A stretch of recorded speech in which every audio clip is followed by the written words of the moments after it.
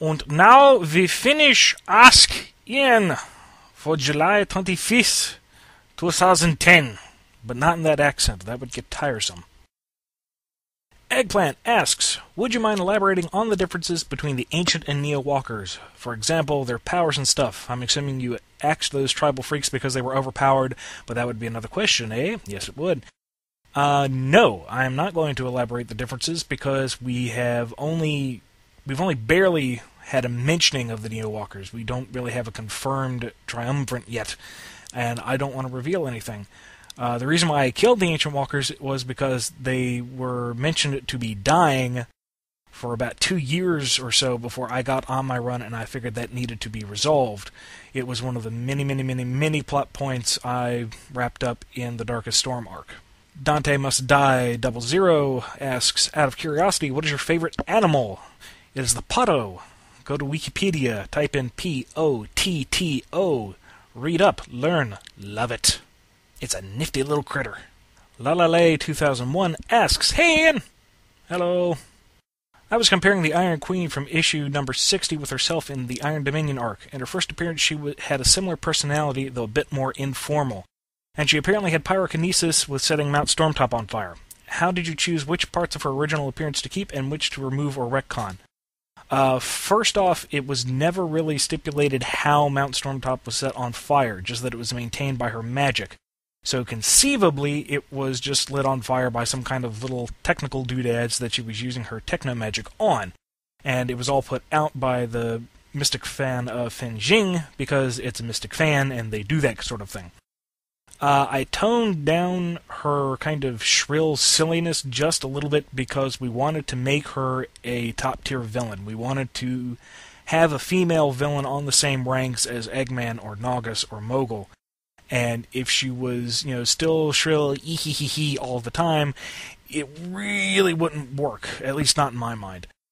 We kept the shrill laughter because, come on, she's an evil witch. You've got to do that. That's a staple of the evil witch thing. But overall, I don't think she's that much different. Shigemoto asks, do you ever get burned out on writing? I can, but that's usually if I tackle like 2 or 3 scripts in a row.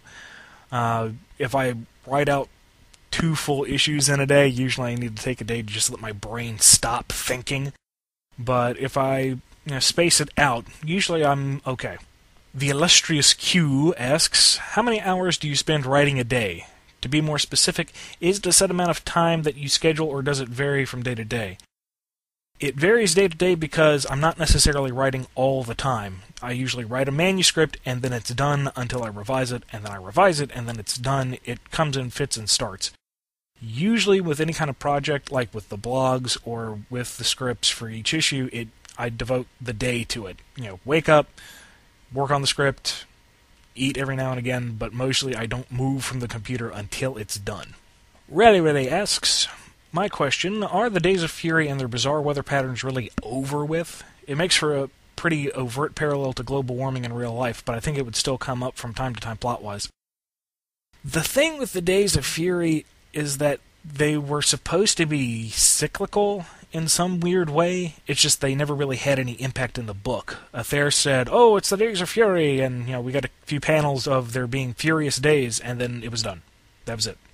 And as far as I can tell from the context of the book, that was the cycle. That was it. So maybe they got off light that year. The Days of Fury are extremely vague in their origins and overall meaning within the book. Different writers have approached it in different ways.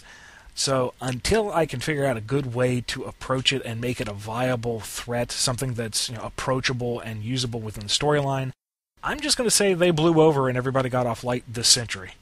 And finally, Amir asks, was Arlo supposed to be a pangolin instead of an armadillo? They look alike, and then provides a picture comparing the two.